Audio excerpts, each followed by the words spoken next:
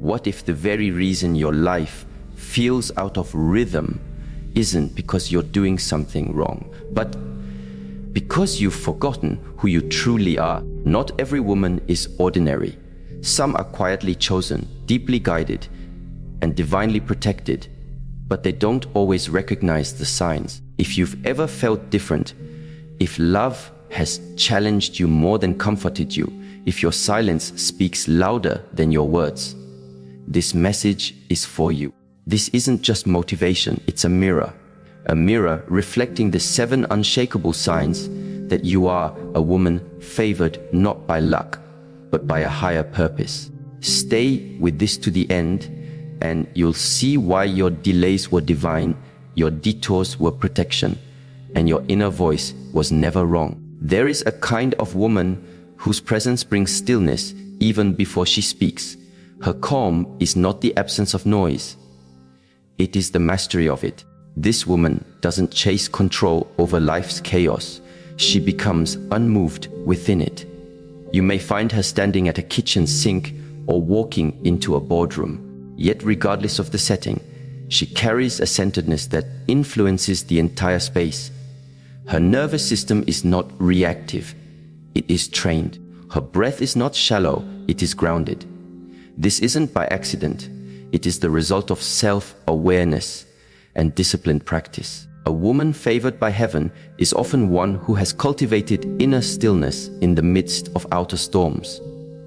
Stillness does not mean passivity. It is not weakness or avoidance. It is the capacity to respond instead of react. Most people live like dominoes. One negative word, one emotional jab, and they fall.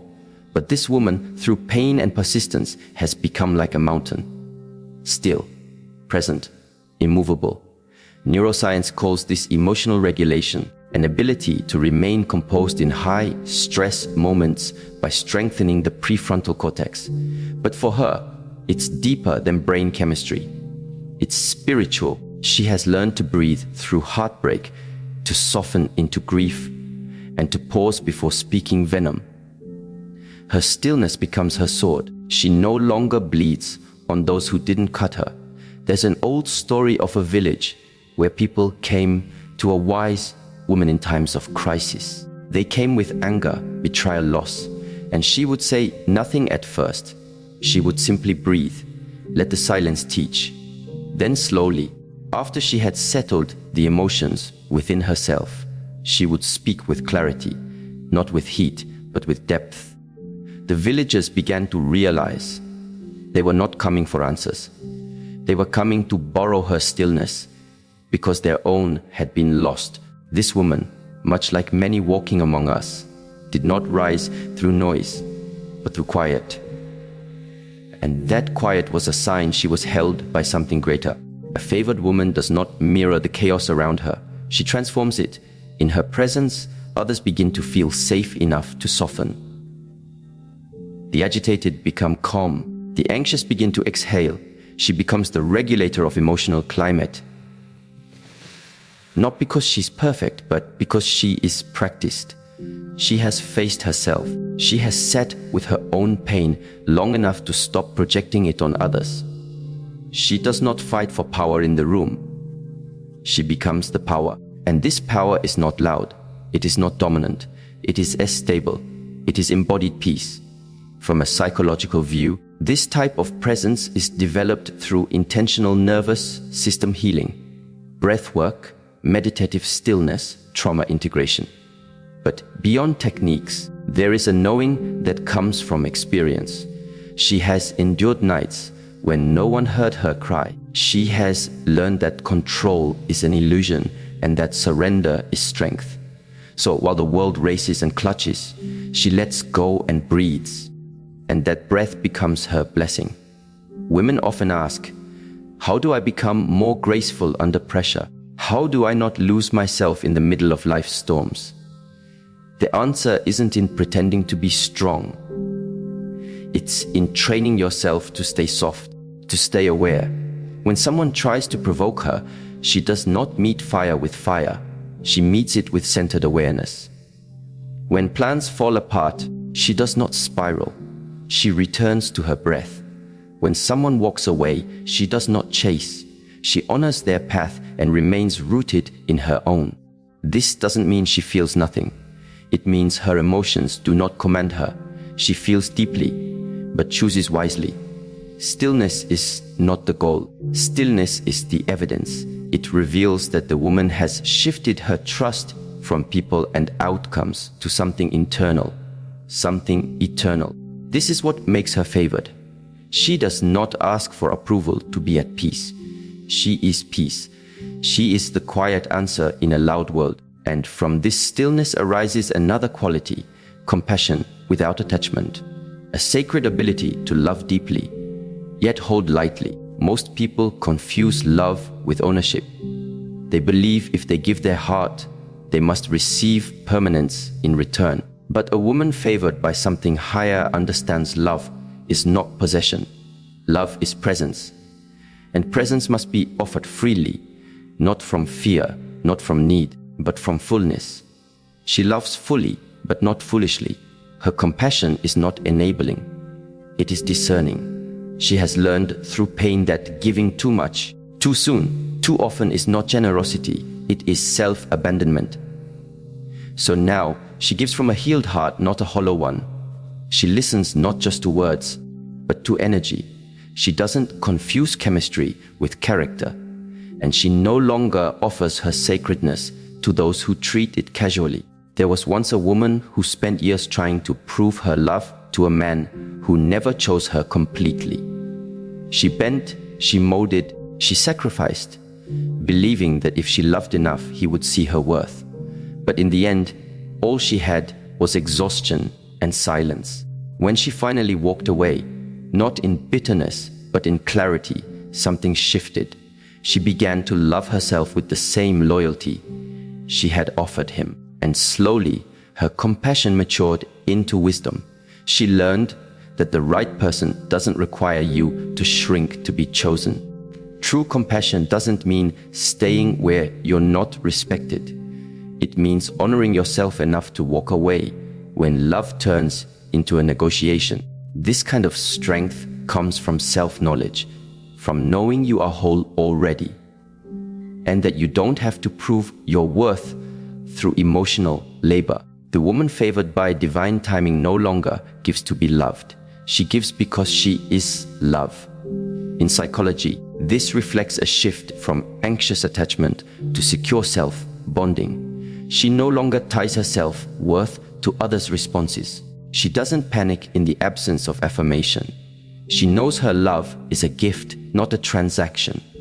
Her compassion flows like a river, steady, unforced, cleansing. But when a dam blocks her flow, disrespect, dishonesty, disregard, she doesn't flood the barrier. She changes direction. This woman holds space for others, but not at the cost of herself.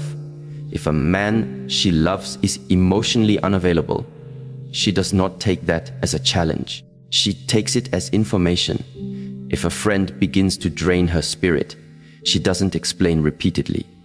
She silently adjusts her distance. If her family projects old wounds onto her, she loves them, but sets clear parameters. Her compassion is not weakness. It is structured. It has roots, and perhaps the most powerful sign of divine favor in her relationships is that she allows others to have their journey. She no longer tries to fix people who don't want healing. She doesn't carry what isn't hers. She can sit with someone's pain without making it her own. Her love is deep, yes, but it is clean. It does not entangle, it empowers. From this place, she becomes rare, because in a world where people either close their hearts for safety or overextend them for approval, she stands in the middle, open but discerning, available but not needy, loving but not losing herself. This kind of woman is not common. She is forged through inner fire, through repeated lessons in self-worth, through heartbreaks that led not to bitterness, but to boundaries, through years of learning the difference between being used and being valued. And now, her presence teaches others how to treat her, without needing to say a word. She does not control people. She aligns herself. And from that alignment, the right people stay, the wrong ones fall away, and peace becomes her standard. The quiet truth. A woman who embodies stillness and compassion without attachment is already operating under divine favor. She may not always feel seen by the world, but heaven has been watching all along. There is something unshakably powerful about a woman who treats her daily habits as sacred. Her life doesn't move in bursts of inspiration. It flows from a deep reservoir of intention. While many chase momentary highs and emotional peaks, she understands that the foundation of favor is not built in grand events, but in quiet, consistent alignment. You may not notice her routines at first glance. There is no show, but everything she touches, from how she greets the morning to how she prepares for rest, carries the fingerprint of discipline wrapped in grace. She does not wait for life to feel right. She moves in the rhythm of what she knows to be right. Many women live fragmented lives. They feel scattered, always starting over, constantly resetting. Not because they lack ambition, but because they haven't yet anchored themselves in ritual. The favored woman is different. She sees routine not as restriction, but as reverence. She wakes with awareness, not scrolling. She nourishes her body with mindfulness, not mindless urgency. She speaks to herself with clarity, not condemnation. Her mornings are not rushed declarations of business. They are ceremonies of readiness. Each movement, each breath, each choice is a quiet offering to the future she is already becoming. There is a story of a young woman who once lived in a house filled with noise, external and internal.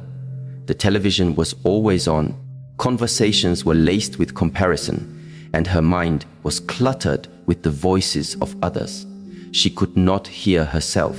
Her days began with chaos and ended in exhaustion. But after a painful breakup, something shifted.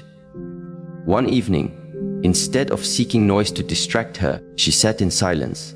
It was uncomfortable at first, but eventually she lit a candle, played soft music, and simply began to listen.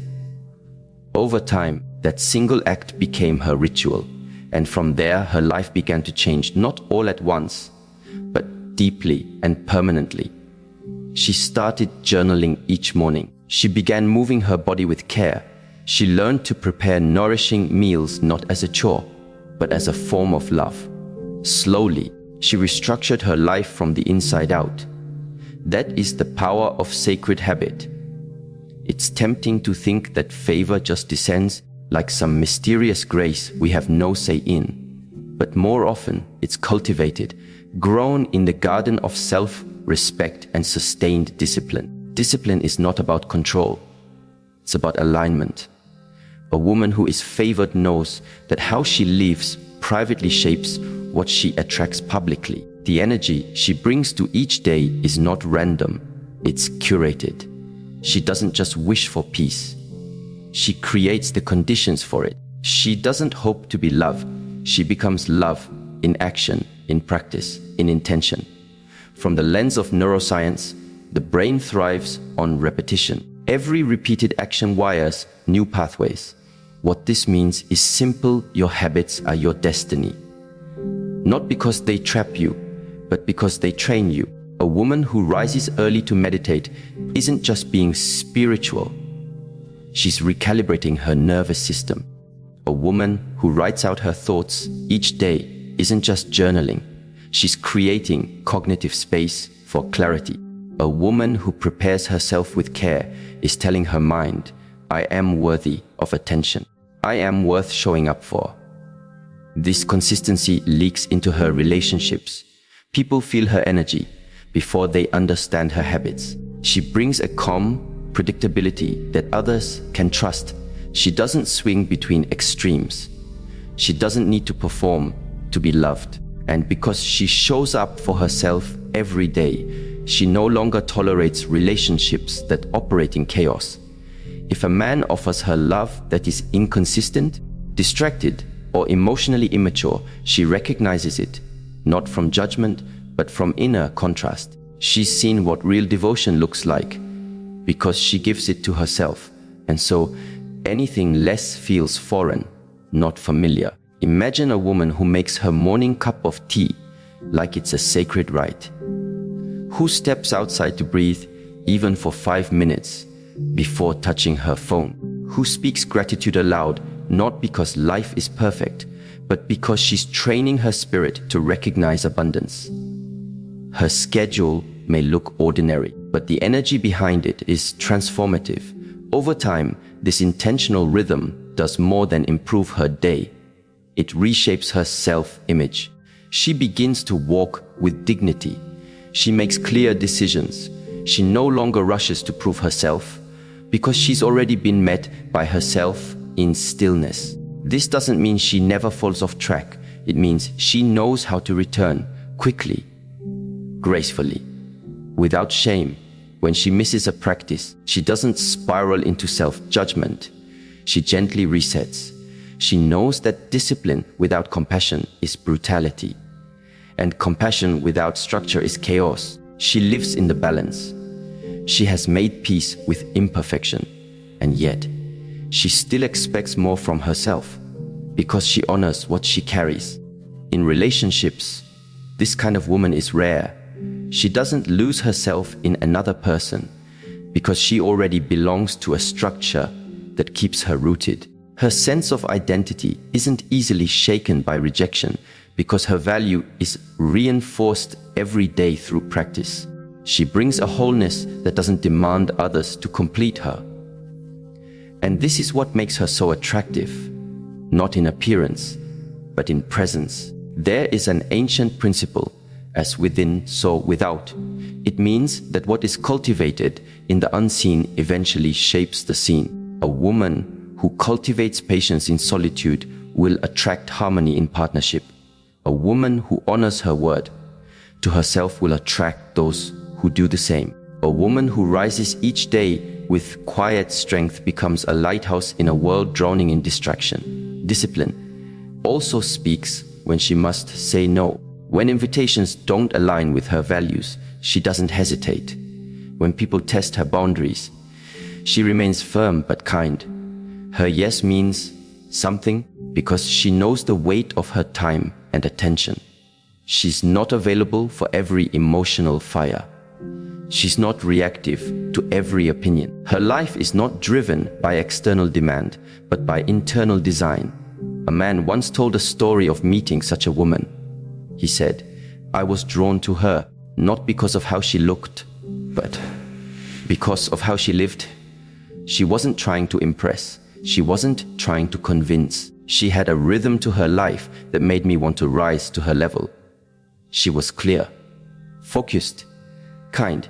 She made me want to be more disciplined just by being in her presence." That is the hidden power of disciplined grace. It raises the standard without a single demand. There's a difference between the woman who performs discipline and the woman who embodies it. Performance is exhausting. It seeks validation. It hides flaws. Embodiment is different. It allows space for failure but stays committed. It isn't rushed by comparison. It moves from a deep place of knowing, I am becoming who I was meant to be, one aligned step at a time. This woman, though she may appear ordinary to the untrained eye, is deeply favored, not because her life is easy, but because her soul is trained. She's not waiting for someone to come fix her life. She builds it.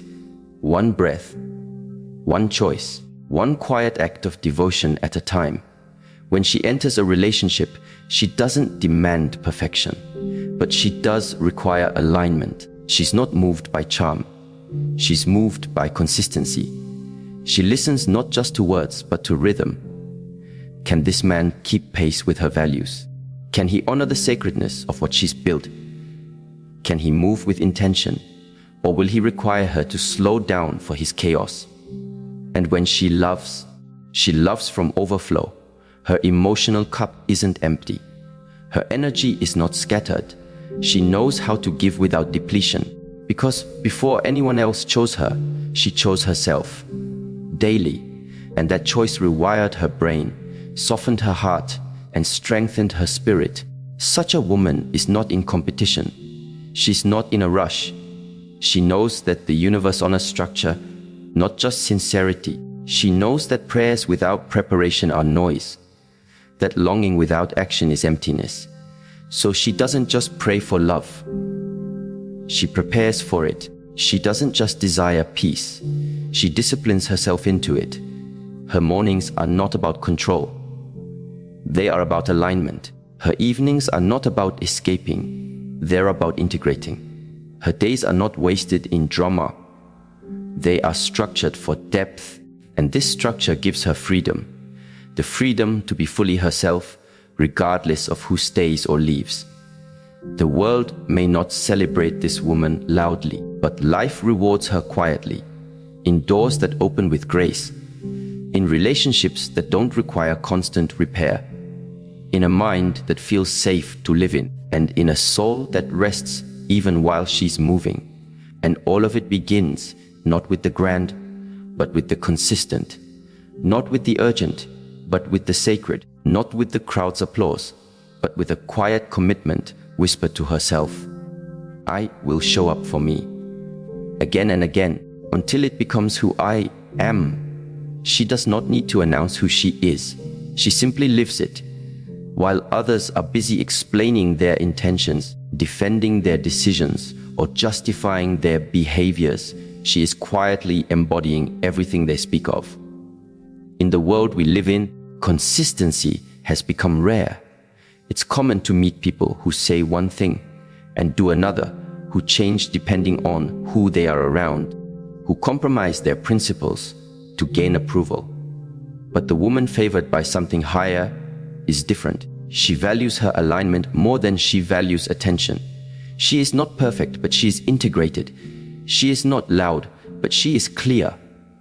And above all, she is the same person in private that she is in public. This is not just a moral virtue, it's an energetic truth. In psychology, this alignment between internal values and external behavior is called congruence. A congruent person lives without internal tension. They are not at war with themselves. Their life feels lighter, not because it's easier, but because they are not dragging a false self behind them. For a woman, this kind of integrity is especially powerful in relationships. It allows her to be rooted in truth even when emotions are high. It allows her to communicate clearly without manipulation. And it allows her to walk away from dishonesty without bitterness. There is a quiet kind of power that builds over time when your words and actions match. When you keep the promises you make to others, and especially the ones you make to yourself. When you don't need reminders to be kind, to be disciplined, or to be present, because it's already in your nature. This is not performative goodness. It's not the kind that depends on being seen. It's a goodness that continues even when no one is watching. Especially then, a woman who lives with integrity understands that the most dangerous betrayal is not when others deceive you. It's when you deceive yourself. She refuses to live a life of contradiction. If she says she values emotional honesty, she doesn't flirt with people she's not serious about. If she says she's committed to her growth, she doesn't indulge in behaviors that stunt it. If she says she's ready for a real relationship, she doesn't entertain situations that diminish her worth. Her values are not for decoration, they are for direction. There was once a woman who stayed in a relationship that made her question herself daily.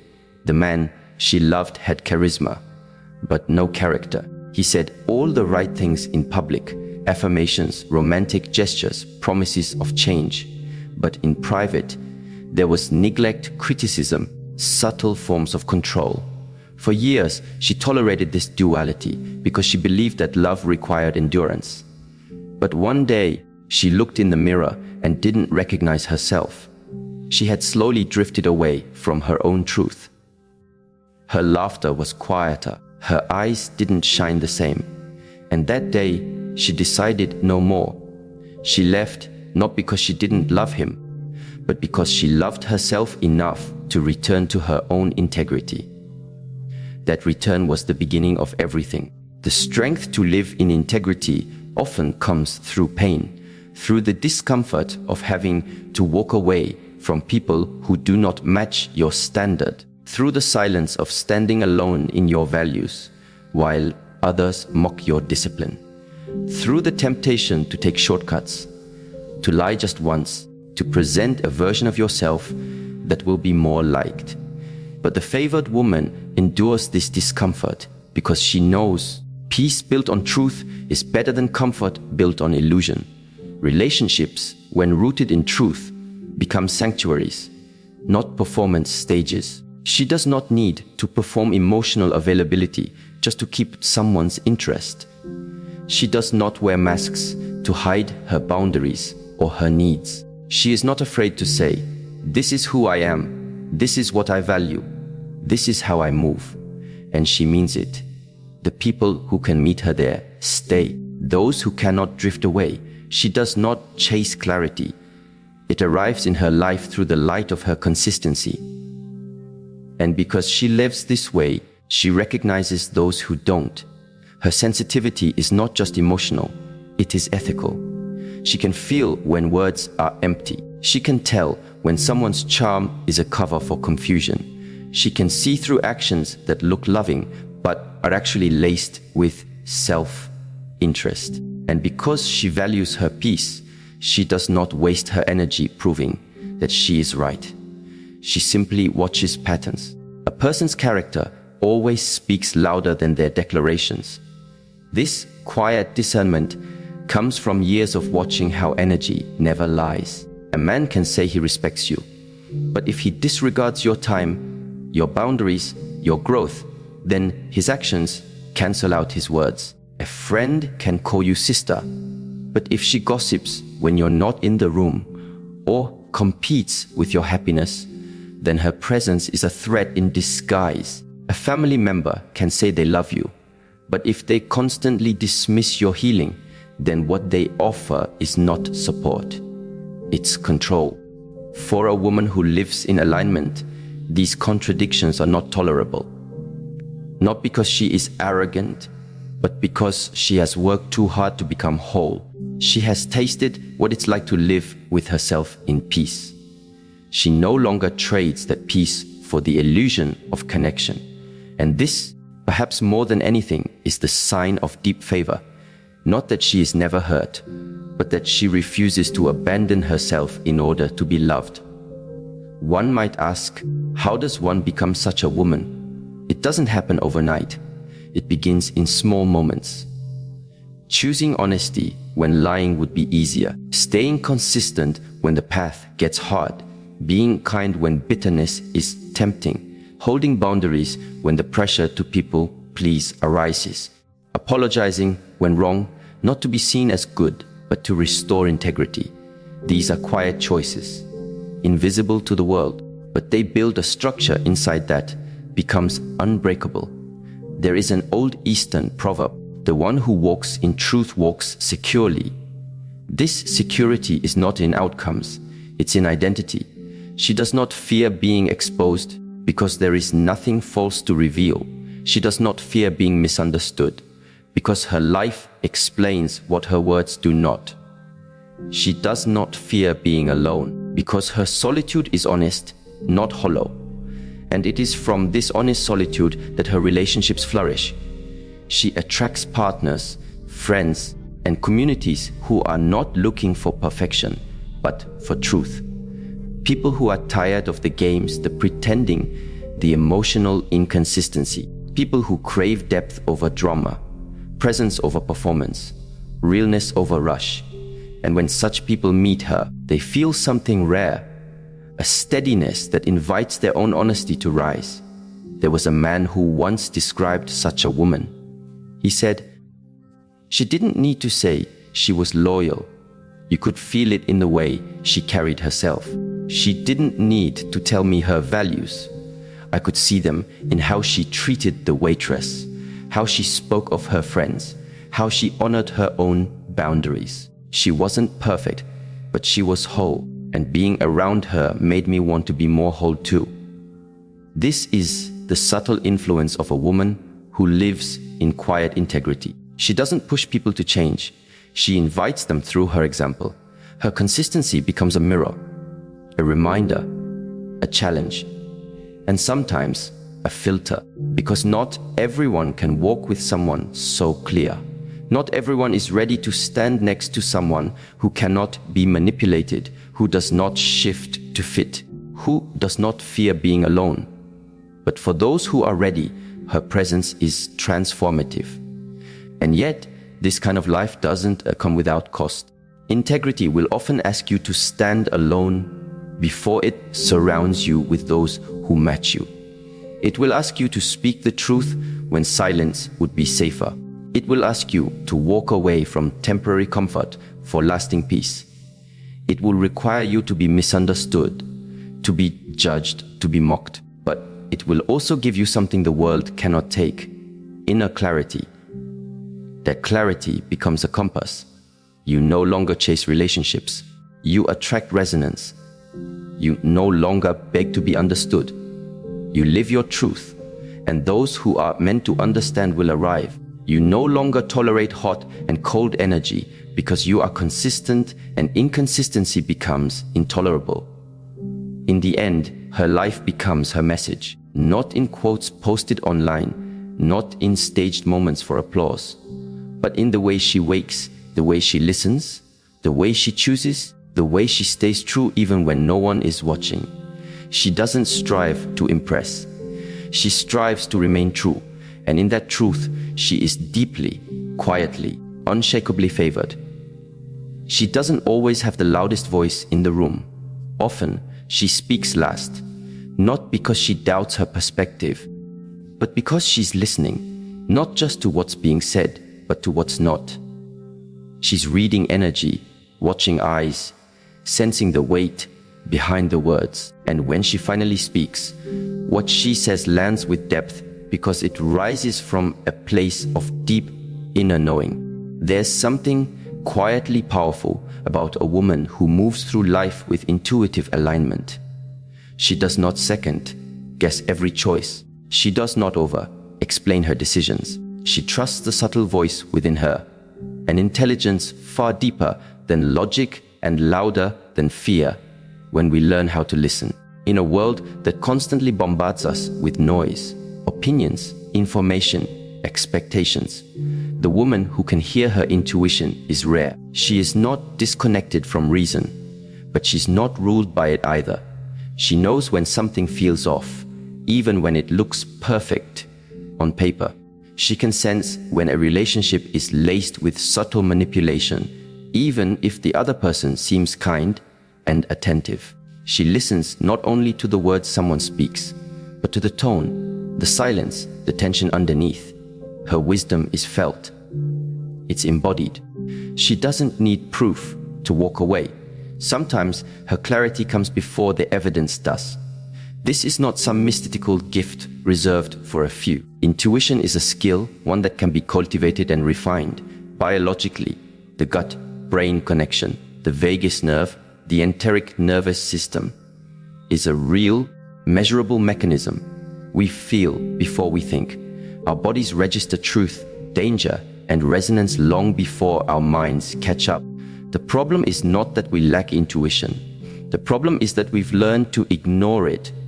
We've been conditioned to doubt ourselves, to seek validation, to defer to logic even when everything inside us says, this isn't right. But a woman favored by divine timing has learned to tune back in, often through pain, often through the costly consequences of ignoring that inner signal. She remembers the moment she said yes, when she knew it should have been no.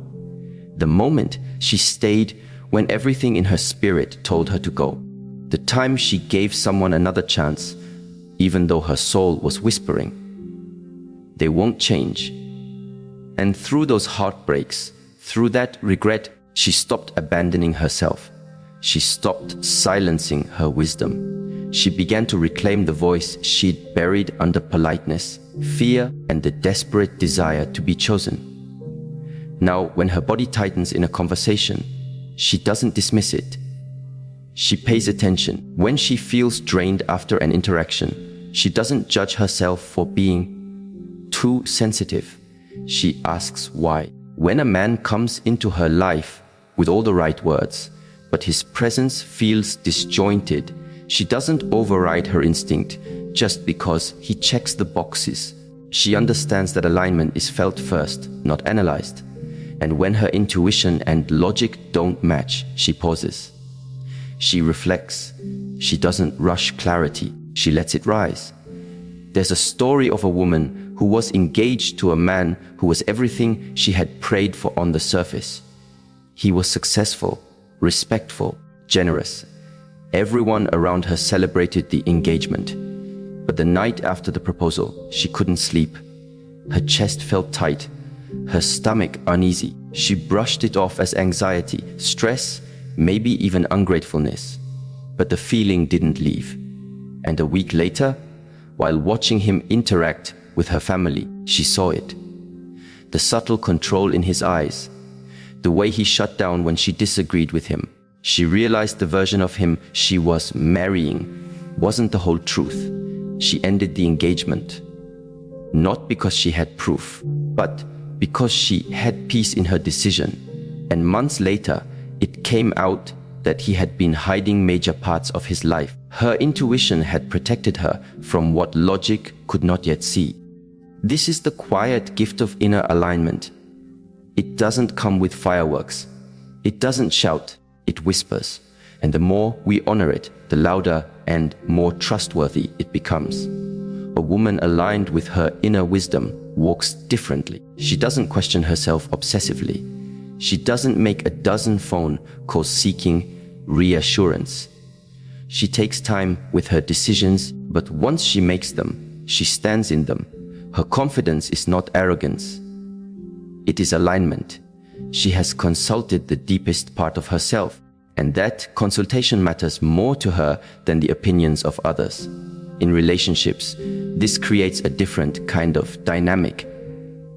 She doesn't chase chemistry. She listens for character. She notices how she feels in someone's presence, light or heavy, seen or managed, inspired or diminished. And when something feels wrong, she doesn't need a dramatic excuse to leave. It doesn't feel aligned. Is reason enough? Her peace is her compass. She doesn't demand certainty. She trusts resonance. People around her may not always understand. They may say she's being too careful, too distant, too cautious, but they don't carry her history. They haven't lived through the consequences of self-betrayal. She has, and that experience has birthed a devotion to her own inner truth, not the reactive emotions of the moment, but the truth that sits beneath the noise. She does not fear solitude, because solitude is where her knowing grows. In stillness, she recalibrates. She hears the voice within again, and this makes her unshakable, not because she has all the answers, but because she trusts herself to find them. A woman who trusts her intuition is not dependent on external approval. She doesn't have to be told what's right. She feels it. And this is what makes her dangerous to those who would rather keep her doubting. In a relationship, she is magnetic, but not easily impressed. She's not swayed by performance.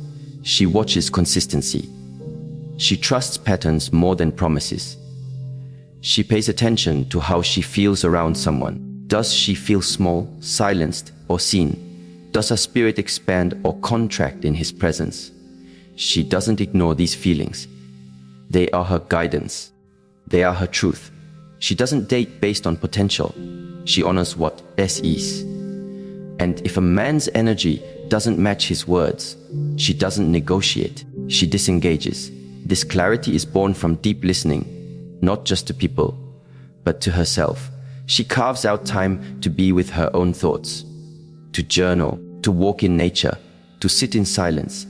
These are not luxuries, they are necessities. Because without this space, her inner voice is drowned out by the chaos of the world. And when that voice is lost, decisions become messy. Relationships become reactive. Life becomes unrooted. There's a reason why ancient traditions, spiritual, philosophical, and even martial, place such high value on stillness. In stillness, perception sharpens. In silence, wisdom speaks. And the woman who has trained herself to sit with uncertainty, to lean into quiet, to embrace not knowing for a while, she gains something most people never touch: intuitive authority. The kind that can walk away from a seemingly perfect situation and feel no guilt. The kind that can pause when pressured and wait for the inner green light. The kind that doesn't need anyone else to affirm what she already knows inside. This doesn't mean she never questions herself. Doubt still arises, but she doesn't live in doubt. She observes it, explores it, but doesn't let it override her knowing. She welcomes logic, feedback, conversation. But she does not outsource her soul's direction. Her alignment is her responsibility, and it's one she doesn't take lightly. The result is a life that feels whole, relationships that are nourishing, choices that may not always be easy, but always feel right, and a deep, grounded self, trust that can't be shaken by rejection, confusion, or delay. There's a quiet kind of woman who walks away not because she doesn't care, but because she cares too much to betray her peace, who chooses herself not in selfishness, but in sacred self-regard, who says no not to hurt, but to honor. And every time she does, she aligns more deeply with who she was created to be. Not rushed, not reactive, but rooted, intuitive, clear, and deeply, quietly favored. She knows when to hold on, and she knows when to let go. But what makes her different, what sets her apart in a world that clings to what hurts, is how she releases. She does not let go with anger, resentment, or the need to prove her worth. She lets go with grace. There is no shouting, no spectacle, no dramatic exit. Only the quiet dignity of someone who has made peace with what no longer serves her. This kind of release is not weakness. It is sacred detachment. It is strength so refined, so centered, that it no longer needs to fight to be seen or understood. Letting go does not come easily for most people, especially in love, especially when your heart was sincere. When you've invested time, emotion, and hope into something, it's human to want it to work. You replay memories, rewrite conversations in your mind, cling to the moments that felt real. You look for signs, you pray for change, and sometimes you stay long after your spirit has already begun to walk away. But the woman who is deeply aligned with divine timing has learned the art of releasing what does not align, not out of bitterness, but out of reverence for her own peace. There is a woman who once believed that holding on was the same as loving well. She stayed in a relationship that drained her because she thought endurance was a sign of strength. The man she loved gave her just enough affection to keep her hopeful, just enough promises to keep her believing, but never enough consistency to make her feel safe. For years, she carried the weight of fixing, explaining, forgiving. She told herself that love meant sacrifice. But one morning, after another night of silence and confusion, something inside her broke. Not in despair, but in clarity. She realized she had mistaken emotional labor for emotional connection. She wasn't being loved, she was being tested. And from that moment, she began to let go. Not with a storm, but with a soft exhale, a returning to herself. That letting go became the most sacred thing she had ever done. Sacred detachment does not mean you stop caring. It means you no longer allow your caring to become your captivity. You recognize that not everything that feels familiar is meant to be kept. That not every person who enters your heart is meant to stay. And most importantly, you realize that loving someone does not obligate you to abandon yourself. The woman favored by grace has come to understand this. She doesn't see endings as failures. She sees them as transitions, signposts that the season has changed. In psychology, the attachment systems in the brain are wired early. They determine how we bond, how we relate, and how we respond to separation. Anxious attachment clings, fearing abandonment. Avoidant attachment detaches prematurely, fearing vulnerability. But secure attachment, true, grounded emotional maturity, knows how to love deeply and still release when love becomes unkind, inconsistent, or unclear. This woman has trained herself towards security. She is no longer driven by the fear of being alone. She is guided by the peace of being aligned. When someone begins to drift, when words no longer match actions, when the energy of the relationship begins to feel heavy rather than healing, she notices. She does not make excuses for poor behavior. She does not manipulate reality to justify staying. She observes, she reflects, and then, if necessary, she departs, not to prove a point, but to protect her peace. She doesn't need closure in the way others do. She doesn't wait for an apology that may never come. She doesn't require the other person to admit they mishandled her heart. Her healing doesn't depend on their accountability. It depends on her awareness. She says, I saw what I needed to see. I felt what I needed to feel. And now I choose to release. That decision is not cold, it's clean. It's the wisdom that comes from knowing that some relationships are assignments, not destinations. There's a story of a woman who walked away from a relationship with no goodbye. The man she loved had been passive, aggressive for years.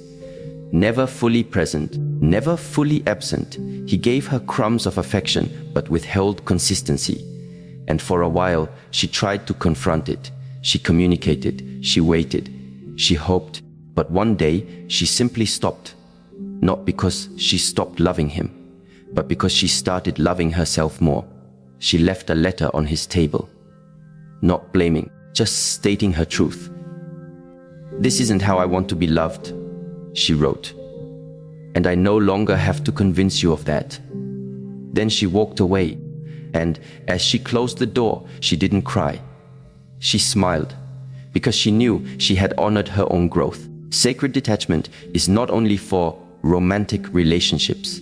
It applies to friendships that become transactional, to family ties that are rooted in guilt instead of genuine connection, to dreams that no longer resonate. It is the ability to release the familiar in order to make space for the aligned, to outgrow environments, expectations, and even versions of yourself that no longer fit who you are becoming. This kind of woman doesn't cling to identity either. She allows herself to evolve. She doesn't trap herself in the labels others gave her. She releases outdated stories about who she should be. She knows that the same discipline she applied to letting go of toxic people must also be used to let go of limiting beliefs. If she once believed she was unworthy, she releases it. If she once feared being alone, she embraces solitude. If she once needed to be understood, she now rests in understanding herself. She has made peace with silence. She has learned to sit in the age of letting go without rushing into distractions. She doesn't numb with noise or chase validation. She allows the pain to wash through her, not to drown her, but to cleanse her. And as the emotions subside, clarity remains. She no longer romanticizes chaos. She doesn't confuse emotional intensity with connection. She recognizes that true love is peace, not confusion. And anything that constantly destabilizes her sense of self is not love, it's a lesson. Letting go doesn't mean she forgets. It means she no longer lets the past define her. She can remember without reliving. She can forgive without re-inviting. She can bless people from afar, wishing them healing, while also knowing that her path must be protected. She has learned the art of loving from a distance, the art of letting people go without making them villains, and the art of returning to herself without guilt. In relationships, this detachment allows her to love more purely because she doesn't need the other person to complete her. She can love them freely. She gives without losing herself. She receives without entitlement. She enjoys the connection, but she doesn't fuse her identity with it. And if the connection ends, she grieves with grace, not with desperation. Her love is not a chain, it's a current, flowing, alive, free. She teaches people how to treat her, not through demands, but through demonstration. When someone begins to cross her boundary, she doesn't escalate, she exits. When someone plays with her emotions, she doesn't argue, she detaches. And when someone refuses to meet her with the same level of presence she offers, she doesn't chase. They simply feel her absence, because her absence is a form of teaching too.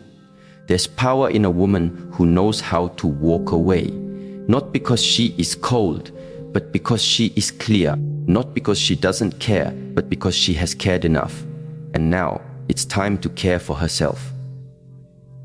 Her life is not a space for negotiation. Her energy is not a resource to be mined. Her love is not a reward for persistence. It's a response to presence. She walks lightly, not because she's unbothered, but because she's learned how to carry only what belongs to her.